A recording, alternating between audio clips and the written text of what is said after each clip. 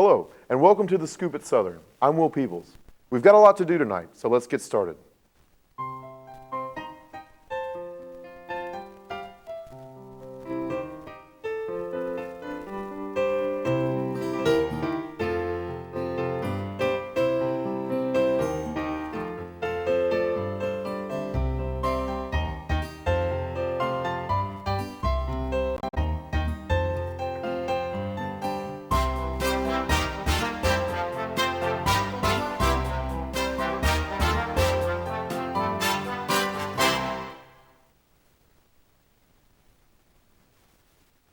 This week was a busy one. Statesboro held its monthly First Friday Festival downtown, and students tore down social barriers at Unity Fest. But first, we're going to bring you the Scoop's first ever on-air interview. Last week, the front page of the Georgian features a story about 2 GSU students who stopped to help 5 other students involved in an accident. None of the 5 were able to get the names of these good Samaritans before they left the scene, but I'm joined here tonight by the 2, Eric and Harriet. So guys, just run me through the beginning of this entire thing. How did you wind up just seeing the accident? Were you on the side of the road? Like, what happened? We were just driving down to Georgia Southern. Like, it was my first time coming back with my car and everything, so I didn't really know where I was going. She pointed out that their car had a Georgia Southern sticker on it, so we were like, oh, they might know where they're going. So we got in their lane, and we just followed them for a bit. And right before, like, just north of Macon, before I-16, they tried to change lanes. And when they did change lanes, they ended up flipping. So we were like directly right behind them. Now, how did the car flip? Was it just completely perpendicular to the highway, or like did it just roll off the side? What happened? Well, they changed lanes so rapidly that the car overcorrected, and they just started like rolling. Like the momentum was too much, and they rolled at least like about 3 times. Yeah. And then slid a couple hundred more feet, and it was ridiculous. It was frightening. It was pretty intense. We were like directly behind them, so like their debris, like even their items in their car were like raining on top of ours. Jeez, wow. So y'all were like pretty close to it. Like, Yeah. Oh, it's crazy. Go ahead. If I hadn't yelled at him to move, we would have been crushed by them. Yeah, or we would have pushed them even further down the highway. It's a good thing you didn't. So what happened as far had you passed the car after it flipped and everything? Like we were like they're directly in front of us, and we actually dodged their car. Like we barely dodged their car, and we ended up pulling over to the side of the road. And I looked at her, and I was like, "You want to go? You want to go? You want to go? You want to go?" And just because I'm getting ready to get out of the car, I just want to make sure she's ready. So I get out of the car, and like most of the cars that are still passing didn't even really stop, or they're just starting to slow down. So I'm running across like 3 lanes of traffic, like literally playing like borderline human leapfrog, human Frogger, just trying to get across the lanes. And this is on I-16? This is on I-16. No, this is just north of I-16. Whew. But still 3-lane highway, yeah. So when you got there and you saw the car, what did you see? Was it just the wreckage and all that? What happened? It was upside down completely.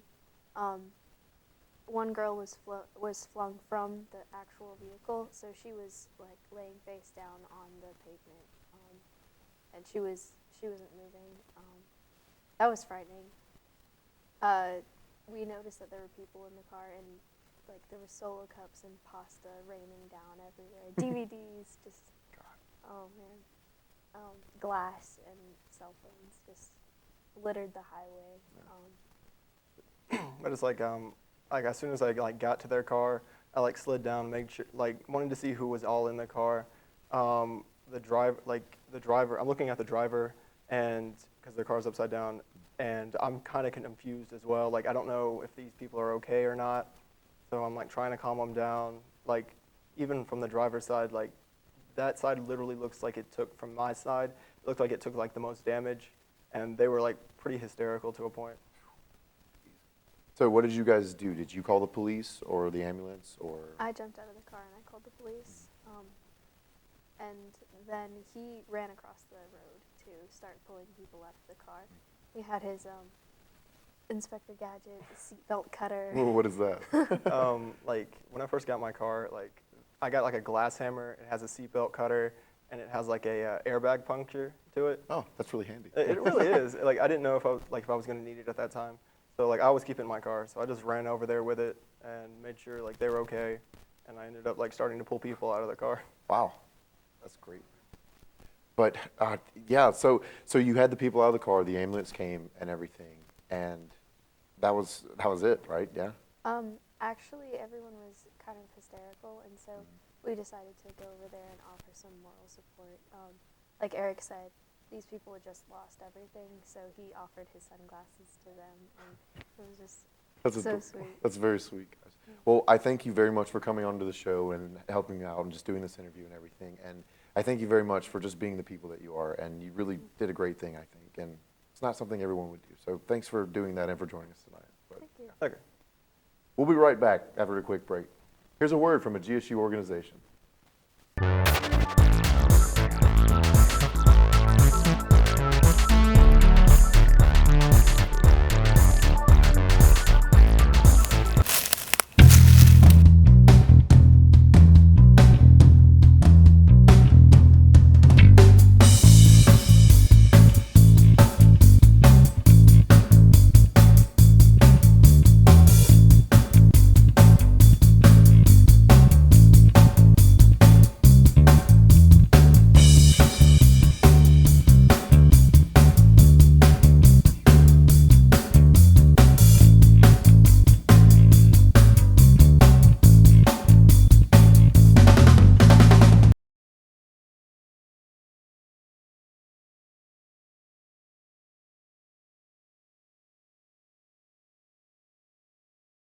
Welcome back.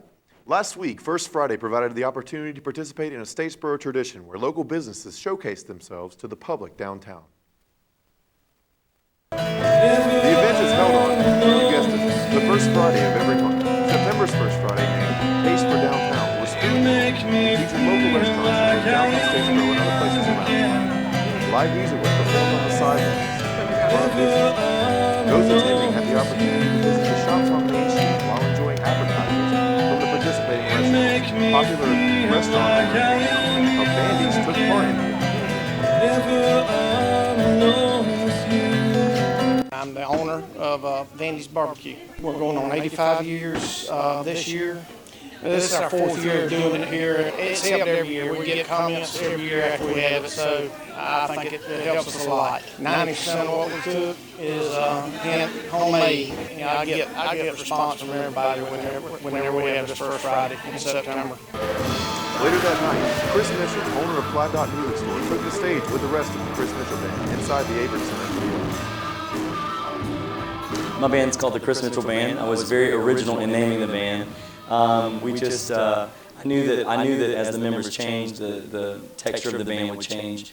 And as my writing style would change over the years, I just thought it would make more sense to just name it after me and keep it real simple no matter what the personnel was. So now I've got guys we played with for years and I still love them, but it's just called the Chris Mitchell Band. We play a lot of different places, Statesboro, Savannah. We do a lot of different shows.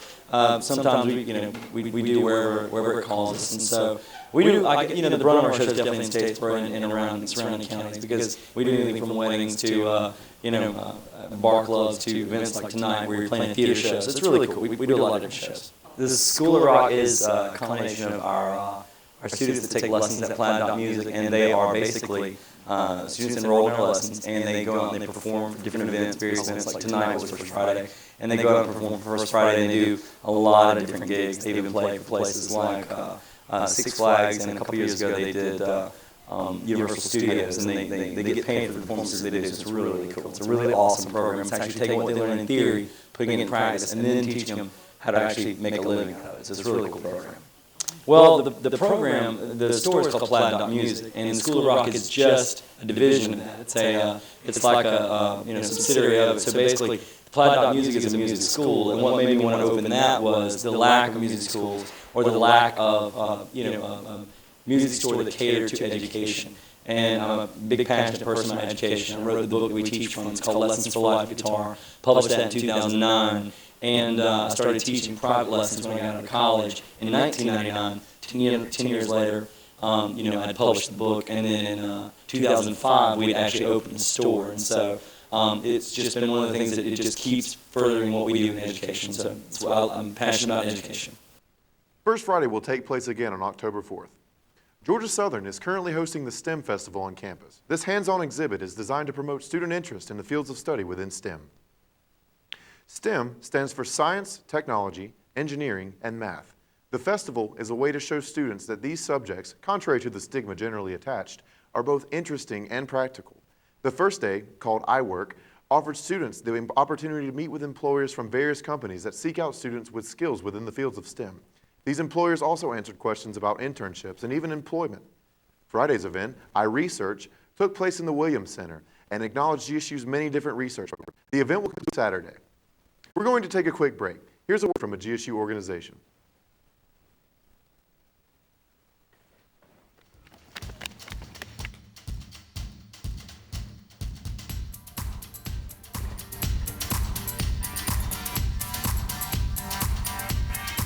I wish I could do this.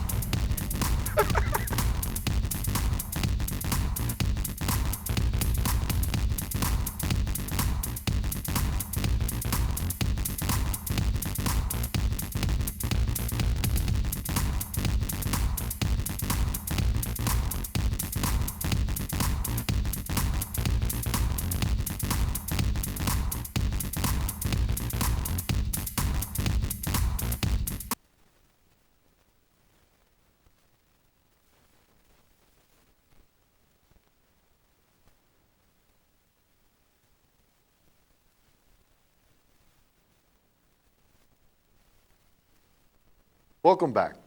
Thursday night, the Multicultural Student Center hosted its annual Unity Fest at the RAC Pavilion for the 11th year in a row. Multiple student organizations helped to demonstrate the diversity of GSU at Unity Fest, including Greek Life, multicultural organizations, and over 15 others. The festival featured free food, live music, giveaways, showcases, games, and even a bouncy house. The aim of the event is to make all GSU students feel welcome and able to express themselves regardless of the color of their skin or their sexual orientation.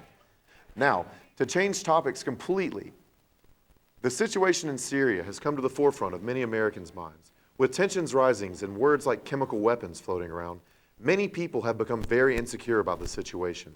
Georgia Southern's Political Science Department arranged an event Thursday at 5 to help students sort out what they hear from the media and help them sort out the narrative of the Syrian rebellion. That's all the time we have for this week, GSU. For all of us here at Student Media, I'm Will Peebles. Be sure to join us again next week for your campus news, and have a good week, Eagle Nation.